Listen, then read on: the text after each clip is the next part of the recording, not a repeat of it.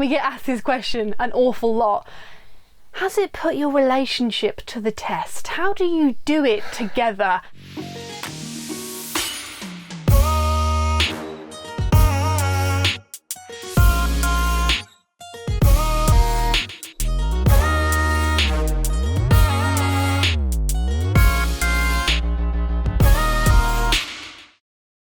Hello everyone and welcome to today's video. I'm B. I'm Theo. And today we're going to be talking you through the 5 things we've learned from our van conversion. So number 1, this is an important one. Everything to do with the van conversion takes longer than you actually think it's going to take. It takes so long, and we've done... There's been so many times where we've been like, oh, this is so easy, it's going to take no time at all. And you know, as soon as you said it, you're just like... Yeah, we jinx ourselves a lot. We're like, oh, this seems simple. This shouldn't take too long. And then like 2 days later, we're still fiddling about with the same thing. Scratching our heads like, but it should work, and it doesn't. You really have to be like a problem solver if you're going to do a van conversion, because there'll be many problems. There will be. And there'll be many things that crop up that you won't know how to do. And you'll either have to get advice on online or, you know, speak to someone you know who's done it before. That can be really helpful. Yeah. But yeah, basically, or just work it out yourself. Just kind of play around and see what works, what doesn't work. But it does take time. It does take time. And sometimes things are out of your control in terms of time. Like, you might be like, oh, I need this. The only place I can get it is online. Yeah, and it's only going to take a week for it to arrive, but I want to do it now. So my favourite tool, the pocket hole jig. We were doing some work and I just wanted to get this frame built, and so we look online and we couldn't get any of the pocket hole screws for ages, like online. So I look on Screwfix. Screwfix only do one size of pocket hole screw, which seems ridiculous. They didn't have them in stock, it was next day. So that just meant that we couldn't get on with what we wanted to do, and we had to go and do something else. And that is kind of the moral of the story, I think. Always be prepared for another thing to do. Yeah, if something's not working out, I would suggest just moving on to something else, having some time to breathe, having some time to think about it overnight, come back to it, and it'll be a lot easier. That can be super helpful as well, like just taking the time to mull things over, and you can be like, oh, why didn't I think of doing it this way? That makes it so much easier. But in terms of some things, like we said, sometimes things are just out of your control and you've just got to wait, you just got to go with the flow. I mean, we're fortunate enough in that we literally can do this all day, every day, pretty much. But some people only have weekends, and that'd be so stressful. How stressful it would be if you only had weekends and, you know, like on the Sunday, you got work the next day on the Monday, and something happens and you can't finish it, so you have to wait a whole nother week to get onto that task.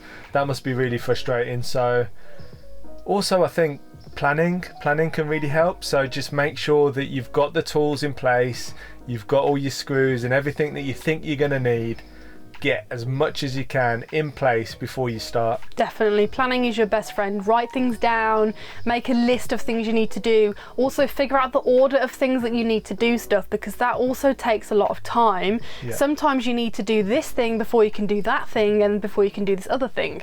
Like our roof, for example, our ceiling, we haven't been able to insulate that because we needed access to it for the vent and also for the roof rack. So we had to wait to do that, but we did other things in the meantime. So you're constantly thinking like 5 steps ahead, because, you know, it's like one big jigsaw puzzle. Yeah, exactly. Think of it like a jigsaw puzzle. It will all get done eventually, just don't rush it. So number 2, and we get asked this question an awful lot.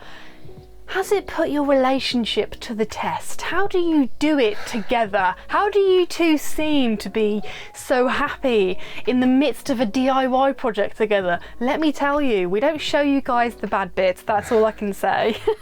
It's not that we don't show you the bad bits, it's that, you know, if we're having an argument over, you know, what type of screw to use or what size we want the bench sheet to be or something like that. One of us makes a measurement wrong. It's not going to make for a good YouTube channel, because it's just us shouting at each other going, no, I think it should be like this, I think it should be like this. And that's with, you know, that's a normal couple thing to do. You know, everything's not perfect. No. The project's never going to go completely smoothly to plan. It's just one of them things you have to accept. Yes. And you have to just get on with it. Also, we both have different ideas about approaching the same problem sometimes, which does make for rather entertaining conversations, but also a lot of frustration, because you're just like, but I think it should be done this way, and you're like, but that way makes way more sense. There's and been times where we've agreed on an idea, and I've pulled up SketchUp on the computer, built it all in 3D, and B has just gone, what is that? That's not what I thought it was going to be.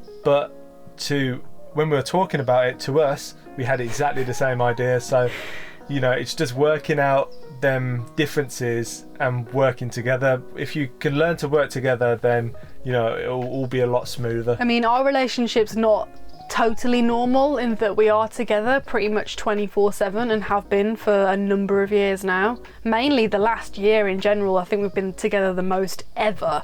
I don't think we've even spent more than 2 days apart in the last year. Yeah, I guess. So our relationship, we're used to each other's company.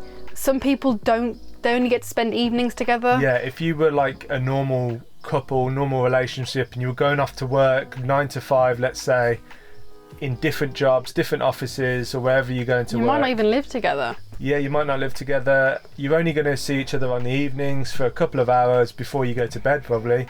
But with us, we're stuck together every day, all day, and our work is together, you know, our play is together. It's just, everything's together. So, you know, that probably makes it a little bit easier, because I think if you were... We're used to spending time if you together were spending this much time together building something... In a stressful environment as well. It could be hard. It could be hard. And we're not perfect, like Theo said. We do argue, but we just don't really show it on camera, because who wants to see that? You don't want to see us being mean to each other. You want to see us being lovely to each other. So that's what we show you. But we do have fallings out every now and then, but really not that much. No. We're both pretty much on the same wavelength all the time. Yeah, like in terms of layout and all of that kind of stuff, we're definitely on the same wavelength. Sorry. I think I think that, you know, we've got strengths and weaknesses. So I will leave B to do like the interior design, so like adding the colour and, you know, the upholstery. Obviously that hasn't like happened yet. This is like, a blank canvas still. I trust her to do that. Like, I wouldn't trust myself to do that. I have no idea.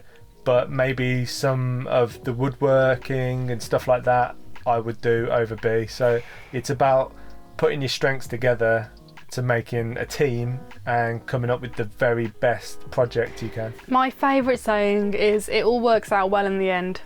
It just does. So if you're really stressed and you just think it's never going to work out, nothing works, it's all a disaster, it will work out in the end. Just keep calm and don't compare yourself to other people, because they're probably not showing you the struggles they've had as well. Number 3, expenses in a van conversion. Yeah, so the expenses are interesting. I would say definitely set yourself a budget. If you don't set yourself a budget, your expenses will really run away. They also depend on what you already have. Some people have a very extensive tool selection already. Exactly. So you can already cut off hundreds of pounds. You won't need to buy a miter saw or a jigsaw or a pocket hole jig or any of those kind of things, so you can save yourself some cash on that. We had absolutely nothing. We had a jigsaw, actually. You know, some family members have given us some tools. Yes. We started with a jigsaw, that's it. So it's one of them things where it's all to do with circumstance. We didn't have tools. No. So, you know, further on through the project, we were like, hang on a minute, we're going to need this. So we'd have to go out and buy it, you know, and you just seem to be throwing hundreds of pounds at tools. But the good thing about tools is if you buy good tools, they're in good investment, and they're going to last us years and years. We're going to use them on our Portugal project on the land. You know, there's other projects I want to use them for as well. Yes. So it's just one of them things where you need to be careful. If you're not careful, you'll end up running out of money very quickly. It also does feel like in the beginning of a van conversion that you're just throwing money up the wall and there's nothing to show for it. Yeah, definitely. Especially like insulation, prepping it and all that. It all get covered by a wall and you're like, Did you know, like people, did you know there's actually £500 worth of insulation in this van already? No, you can't see that, and also it's like, who cares anyway? So number 4 is building skills.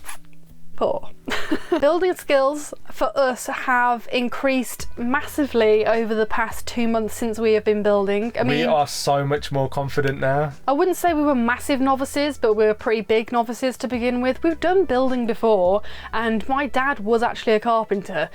Numerous times on this van build we were like, if only your dad was around, would have got him to build the whole thing. But no, we're enjoying learning new yeah, things and we needed to ourselves. learn, we wanted to learn. And also, even though it takes slightly longer because it's like you're learning how to build things, it means that at the end of the day we can look back on the things we've built and know that we've done it ourselves and just feel ever so slightly smug with the stuff and it's we've lucky done. that we've got, if you do YouTube, you need a very strong backbone. You need to really be strong in your mind, because when we first started this project we had so much hate, people sending us messages telling us to give up. Give We're up rubbish. now, go to a professional. We shouldn't be doing this, we shouldn't be taking on this project. Which very much, thank you guys for your confidence, you really made us feel good. And if someone says things like that to me, I want to do the opposite. Yeah. So I'm going to rebel, and I'm going to make this project work to the best of our ability. And the comments seem to have changed around. We're helping people. People are inspired by what we're doing. We're getting loads of messages saying, they've now got the confidence, seeing 2 novices do it, that they can do it themselves, which is really exciting for us, because that's what we're all about. Yes, and we knew going into this that we were going to learn a lot from it, and it's been fantastic to learn. You learn new things every single day. That's what life's all about anyway, regardless of what you're doing. You do learn things constantly. These skills, like, you're going to have these skills for the rest of your life, you know.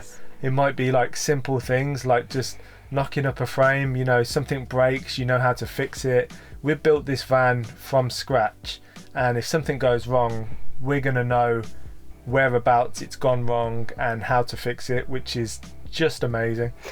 So number 5 is creativity. Our creativity has really felt like it's had a chance to totally flourish on this van build. Definitely, like just things like adding our YouTube plaque into the wall. Like for me, that was like a really creative way to display something that we could have just, it already came in a frame. We could have just put it on the wall, but instead we built it into the main frame of the wall, and it looks amazing. We also chose to make our toilet come out on a little sliding track, which we totally didn't have to do, but we just thought, you know what, we're going to get creative with the toilet situation. Let's try this. And you do just feel a little bit better knowing that you've put some of your own personal touches and creativity into the van conversion that we've done. And that's one of the things I love about self-converted vans, is the creativity that you see in them. Yeah. Everyone, you could give 10 people the exact same van, and every single one at the end will be totally different. Completely different, like layout, like colour, textures, wood, carpet, everything would be completely changed and different. Totally different. Even if you think you're not a creative person, everyone is creative. Definitely. You've just got to literally think, how do I want this? What do I want? Just go with it from there. So I know our van is literally halfway. Is it would you say it's halfway now? I'd say it's nearly halfway. Nearly halfway. It looks more done than it actually is, because there's all the electrics, the solar, the batteries, the heater and stuff like that needs to go in. But I'd generally probably say, we're nearly halfway. Yeah, I mean, for this video we've added some nice cushions and stuff to try and make it look less just pretty buildery, building sitey kind of thing. Yeah. But this is more what it's going to look like when it's finished. Lots of colour, nice and vibrant, a space that feels homely. Yes. So talking about creativity, that is the perfect segue to talk about this amazing website that we've been using for the past year now, called Skillshare. It's a really, really good online platform to learn new skills, new classes, new things. I've done a really cool creative writing program class on there that I just loved. So I don't learn in the same way maybe other people would learn, by like reading stuff. So I find learning by someone teaching me on a video is a really good way to learn for me. And also for me, being able to pause things and do it at my own pace is incredibly helpful, because everyone, like with the van build, everyone learns at their own pace, their own different way of doing things. So I really like Skillshare, and I hope that you guys like it too. And if you want to try it out, we've actually got 500 passes for you guys to grab for 2 months free on there if you want to give it a go. So make sure you're fast. Yeah, make sure you're fast. They are going to go fast. There is a link in the description below. Just click that, it'll take you straight through it, and I really hope you enjoy it. I absolutely love the writing on there. It was absolutely fabulous. So I do hope that you guys give it a whirl, try it out, learn something new. That's what life's all about, is learning things, and we love to learn whatever it is, whether it's a physical thing, whether it's something online. Learning is good for your brain. So but yeah, I think that's it for this video. It's been great actually talking and looking back about the things that, you know, we've done so far. We've come so far in a fairly short amount of time. It's been 2 months and it has literally flown by, and it is true, when we look back on what we've done, it's just whoa, I can't believe it's gone from that to this already. And I know that when we come back from our little break from the van and try and finish it we will finish it. It's going to be amazing. Yeah, I'm really excited to step away from the van build for a little bit while we're in America. That's going to be amazing. It's going to open our mind. We're probably going to see some other vans over there that might change our mind about certain things that we do in our own build. So yeah, that's really exciting, and I think we'll come back with a new lease of life, a fresh perspective, and we can crack on and get this van finished and then start living in it, which is so exciting. So exciting. So thank you very much for watching, guys. We hope you've enjoyed it, and we will see you on the next video. See ya. Head over to theindyprojects.com/shop and check out our new merchandise. Join us on Patreon for exclusive content, and don't forget to subscribe and hit that notification button so you never miss a video. Thanks for watching, and we'll see you on the next video.